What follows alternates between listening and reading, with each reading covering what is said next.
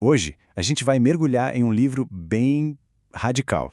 O nome dele é Educação Fundamental, de Samael Aun-Weor, e a proposta aqui é uma transformação total, não só da escola, mas do próprio ser humano. Vamos tentar entender o que isso realmente significa. Para começar, essa citação já dá o tom da coisa, né? O livro argumenta que a educação moderna erra no seu objetivo mais básico. Em vez de puxar para fora o potencial que já existe dentro de cada um, ela só despeja informação, como se a nossa mente fosse um depósito. Olha, publicado lá em 1970, este livro é muito mais do que um simples manual de pedagogia. Ele é quase um manifesto que faz um diagnóstico dos problemas da nossa sociedade e propõe uma cura que começa de dentro para fora, com foco total na psicologia e na consciência. Para a gente entender essa jornada, nosso roteiro vai ser o seguinte. Primeiro, a gente vai ver a crítica que o autor faz ao sistema. Depois, o diagnóstico psicológico que ele faz da humanidade. Em seguida, o caminho que ele propõe para a mudança. E, por fim, como seria uma sociedade baseada em tudo isso. Vamos começar pelo começo, então. O que tem de tão fundamentalmente errado com o jeito que a gente é educado?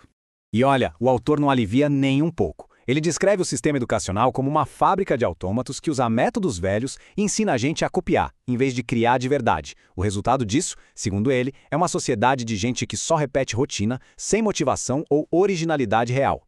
Agora, o que é bem interessante aqui é como ele usa a arte oriental para ilustrar esse ponto. A verdadeira criação, para ele, vem de uma expressão de dentro, não de ficar copiando o que está fora. A educação deveria, então, cultivar essa capacidade, e não o contrário. E aqui, a análise dá uma virada fundamental. O livro argumenta que não adianta só reformar a escola, porque o buraco é bem mais embaixo. O problema está dentro de nós. Essa seção leva a gente para o coração da psicologia do livro. A ideia de que nós não estamos no controle tanto quanto a gente gosta de pensar. Essa talvez seja a premissa mais chocante do livro. E não é um sono físico, mas sim um estado de consciência adormecida. A gente vive a vida de forma mecânica, sem estar de fato presente no que faz. Essa passagem ilustra isso perfeitamente. Pensa bem, quantas vezes a gente chega num lugar e nem lembra direito do caminho, ou termina uma tarefa no automático.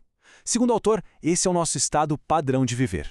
Tá, mas o que mantém a gente nesse sono? O livro apresenta o conceito do eu pluralizado. A ideia é que não existe um eu único, mas um monte de eus dentro da gente, disputando o controle. Sabe, o eu que promete começar a dieta na segunda-feira não é o mesmo eu que ataca um pedaço de bolo na terça. Essa legião interna nos torna máquinas bem inconsistentes. Certo, se o diagnóstico é que estamos adormecidos e controlados por essa legião de eus, qual é a cura? O livro chama de Revolução da Consciência. O caminho proposto tem 3 etapas bem simbólicas. Morrer não é físico, claro, mas sim a eliminação desses eus que nos controlam. Nascer seria uma transformação interna profunda. E sacrifício é se dedicar a um trabalho altruísta pela humanidade. Ok, tudo isso soa bem teórico. Mas como se começa essa jornada na prática, no dia a dia? O livro oferece uma técnica bem específica para começar a despertar aqui e agora. A ideia é simples de entender, mas um desafio enorme de praticar. Ao focar em alguma coisa, tipo essa apresentação, a pessoa deveria manter, ao mesmo tempo, a consciência de si mesma e também do lugar onde ela está. Segundo o livro, essa prática impede que a gente se perca naquilo que está fazendo, que a gente seja engolido pelo sonho. E isso economizaria a energia necessária para despertar. E o objetivo final de tudo isso? Bom, é o que a famosa máxima do oráculo de Delfos já dizia.